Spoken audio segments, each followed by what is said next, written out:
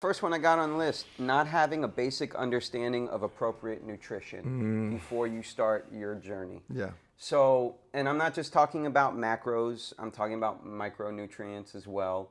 A lot of people, sometimes my patients, don't even know what the information on the back of a box means. Absolutely.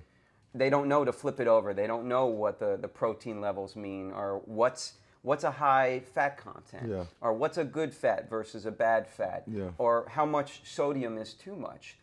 And then that's just for general wellness. That doesn't go into, what you want to do once you start weight training or just doing cardiovascular workouts. Yeah. You need to know what is important to put in your body before you do those things, or else the results are not going to be what you want them to be. Absolutely. So that's, I think, foundationally, I don't know what you'd put the percentage on. Some people say it's 50-50. Some people would lean even more to even 60 to 70% being what you're putting in your body versus the actual workouts you do. What do you think? Where would you put the percentage on what it is nutrition versus your actual workouts? Goodness. It's definitely more nutrition. Yeah. Right, than the physical aspect. So a lot of times when I get people that mean green, especially after they've been here for a while, they love working out or they understand they need to work out. So they'll do it.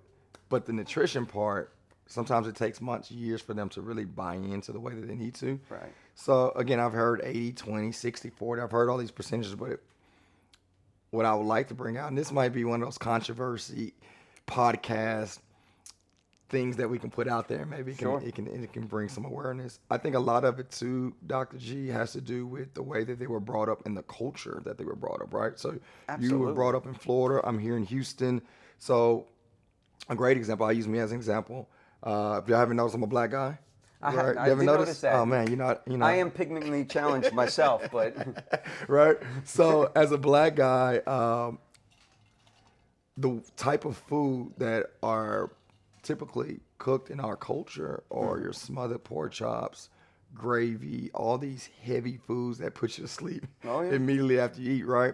So growing up, as I think back to my mother or my father in the kitchen, I never ever, Dr. G, looked at the protein or the carbohydrates or the fats, right? I just ate the food, and I don't even know if they did as well, right? So culturally, I think depending on the type of culture you brought in, if your parent didn't teach you that, we're already behind that 8 ball.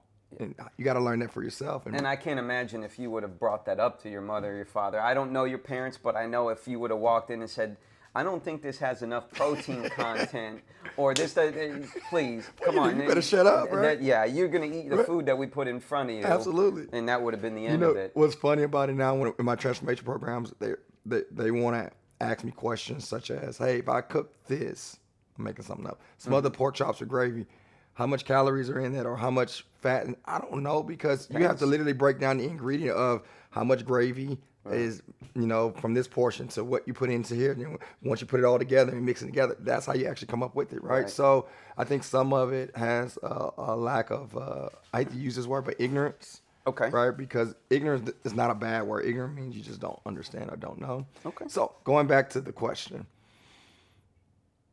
what's the percentage?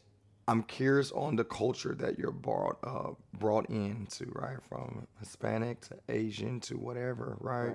Were you taught that at that age? Yeah. For my kids, they know we're teaching them about what they put into their body. For sure. So I think when they get older, the percentage of them understanding what they put in their body when it comes to nutrition will be better than us, hopefully. There's more sources for them to reach out to. You Absolutely. know? I mean, you got kids that have phones with the internet when they're 8 or 9 years old and can look up just about anything. Yeah. We had to go through encyclopedias. Yeah, absolutely, right?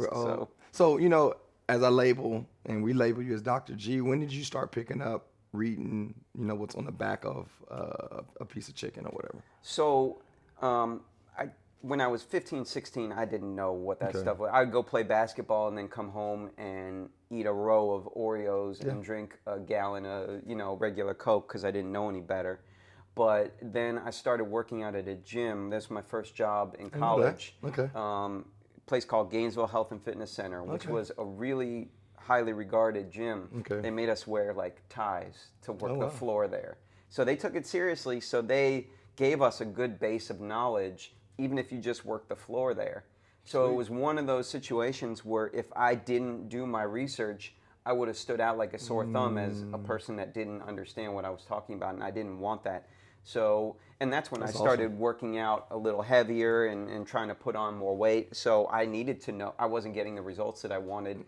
So I would walk up to the guys in the gym that looked like they knew more than I did. Yeah. And that was the resource. I feel like you can't really do that anymore, or people don't really do that anymore. They don't want to seem like they don't know something, which is ignorant, right? Going back to that term, right? To use ignorance.